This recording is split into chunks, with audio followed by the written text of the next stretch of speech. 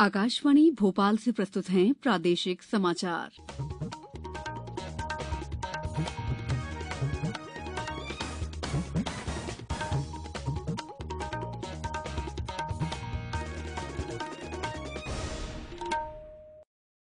नमस्कार, समाचारों के साथ मैं दीपा सिंह। पहले एक अपील। कोविड मरीजों की संख्या फिर से बढ़ रही है, इसलिए सभी श्रोताओं से अपील है कि किसी भी तरह की कोताही न बरतें, सभी सुरक्षा उपायों का पालन करें और 45 साल से ऊपर के सभी लोग बेहिचक टीका लगवाएं, सुरक्षित रहें और इन आसान उपायों का पालन करें।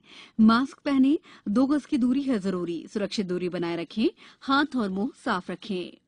पहले मुख्य समाचार। प्रधानमंत्री ने की कोरोना प्रभावित मध्यप्रदेश सहित 12 राज्यों में मेडिकल ऑक्सीजन आपूर्ति की समीक्षा। 12,000 मीट्रिक टन अतिरिक्त ऑक्सीजन देने के निर्देश। अब प्रदेश में विधायक निधि से खरीदे जा सकेंगे कोरोना वायरस से बचाव के संसाधन। रेलवे ने कहा, अफवाहों पर ध्यान न दें, सभी ट्रेन चलती रहेंगी। और दमोह उपचुनाव के लिए मतदान कल, करीब 2,40,000 मतदाता करेंगे 22 उम्मीदवारों का फैसला। अब समाचार विस्तार से। प्रधानमंत्री नरेंद्र मोदी ने आज कोरोना प्रभावित मध्यप्रदेश सहित 12 राज्यों में मेडिकल ऑक्सीजन आपूर्ति की वर्तमान स्थिति और इसकी अनुमानित मांग की विस्तृत समीक्षा की। प्रधानमंत्री ने कहा कि ऑक्सीजन की पर्याप्त मात्रा में आपूर्ति को सुनिश्चित करने के लिए मंत्रालयों और राज्य सरकारों के बीच तालमेल बनाना जरूरी है। उन्होंने इसकी बढ़ती मांग को पूरा करने के लिए मेडिकल ऑक्सीजन का उत्पादन बढ़ाने का निर्देश दिया। प्रधानमंत्री ने बैठक में बताया है कि ज्यादा संक्रमण वाले 12 राज्यों को 4,880 मीट्रिक टन मेडिकल ऑक्सीजन आवंटित की जा चुकी है। इसके अलावा इन राज्यों को 12,212 मीट्रिक टन अतिरिक्त ऑक्सीजन की भी आपूर्ति की जाएगी। अब विधायकों की सिफारिश पर निर्वाचन क्षेत्र विकास योजना की राशि का उपयोग कोरोना वायरस से निपटने के लिए जरूरी चिकित्सीय उपकरणों की खरीदी और अन्य चिकित्सीय व्यवस्थाएं करने में किया जा सकेगा। योजना आर्थिक सांख्यिकी विभाग ने इस संबंध में सभी कलेक्टरों को दिशा निर्देश जारी कर दिए हैं। ये व्यवस्था सिर्फ वित्तीय वर्ष 2021-22 के लिए की गई है। व्यय की अनुमति एक बार के लिए होगी। किसी भी परिस्थिति में कोई भी व्यय वर्ष 2022-23 के अंतर्गत नहीं किया जाएगा। बैतूल जिले में कोरोना संक्रमण से बचाव के लिए आमला विधायक डॉ योगेश पंडागरे और पूर्व विधायक हेमंत खंडेलवाल ने 1-1 लाख रुपए की राशि रेडक्रॉस समिति के लिए कलेक्टर को भेंट की। धार विधायक नीना वर्मा ने भी जिला भोज चिकित्सालय में विधायक निधि से सेंट्रल ऑक्सीजन सिस्टम के लिए राशि स्वीकृत की है। प्रदेश में बीते 24 घंटों में उज्जैन, सागर, खरगोन, शिवपुरी, कटनी, नरसिंहपुर, सतना और शाजापुर में 200 से ज्यादा नए केस सामने आए हैं। वहीं भोपाल में संक्रमण दर 27% से ज्यादा हो गई है। मंदसौर में आज शाम 6 बजे से 26 अप्रैल तक 10 दिनों का लॉकडाउन किया गया है। मंदसौर कलेक्टर मनोज पुष्प ने बताया है कि इस दौरान जिले में आवश्यक वस्तुओं की आपूर्ति जारी रहेगी। तो ऐसी स्थिति में मंदसौर जिले में अगर कोरोना कर्फ्यू नहीं लगाया जाएगा तो यहाँ पर अन्य जिलों के लोड भी आएंगे। संक्रमण की दर को तोड़ने के हिसाब से भी समिति के सभी सदस्यों के मन में ये बात आई है कि इसको कोरोना कर्फ्यू को लागू किया जाए। इसको देखते हुए यह निर्णय किया गया है कि आज शाम 6 बजे से सोमवार 26 अप्रैल की सुबह 6 बजे तक जिले में कोरोना कर्फ्यू लागू किया जाएगा। शिवपुरी में बढ़ते कोरोना को देखते हुए आज शाम 6 बजे से शुरू हुआ लॉकडाउन गुरुवार सुबह 6 बजे तक लागू रहेगा। शहडोल जिले में भी 26 अप्रैल तक कोरोना कर्फ्यू बढ़ा दिया गया है। सीहोर में कोरोना कर्फ्यू का उल्लंघन करने वालों पर कार्रवाई की जा रही है। रायसेन जिले के सभी विकासखंडों में कोरोना वॉलंटियर्स द्वारा गांव-गांव में लोगों को कोरोना महामारी के बारे में जानकारी देते हुए सचेत किया जा रहा है। गुना में पंचायत एवं ग्रामीण विकास मंत्री महेंद्र सिंह सिसोदिया ने जिले में किए जा रहे उपचार और बचाव कार्य की समीक्षा की। देवास जिला अस्पताल परिसर में स्थित नर्सिंग कॉलेज में वैकल्पिक ऑक्सीजन युक्त 100 बेड का कोविड सेंटर बनाया जा रहा है। सतना सांसद गणेश सिंह ने हरी झंडी दिखाकर स्वामी जी फ्यूल्स सैनिटाइजेशन रथ का शुभारंभ किया। ये रथ जगह जगह जागरूकता फैलाएगा और सैनिटाइजेशन की प्रक्रिया करेगा। महू के डॉ बी.आर. अम्बेडकर सामाजिक विज्ञान विश्वविद्यालय और आर्मी वॉर कॉलेज ने अकादमिक उत्कृष्टता और विस्तार के लिए एक समझौता किया है। आर्मी वॉर कॉलेज के साथ अकादमिक गतिविधियों को विस्तार देने वाला ये देश का पहला विश्वविद्यालय है।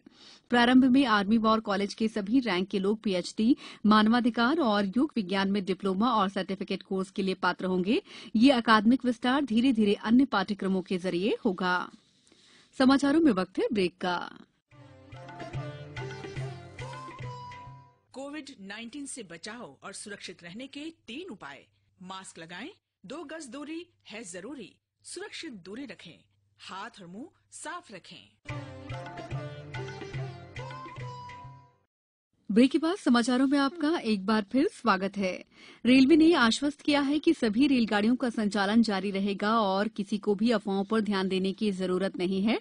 आज नई दिल्ली में मीडिया से बातचीत में रेलवे बोर्ड के अध्यक्ष सुनीत शर्मा ने कहा है कि रेलवे ने हाल में किसी भी रेल सेवा को बंद नहीं किया है, बल्कि त्योहारों पर यात्रियों की अधिक संख्या को देखते हुए 140 से अधिक नई रेलगाड़ियां चलाई गई हैं।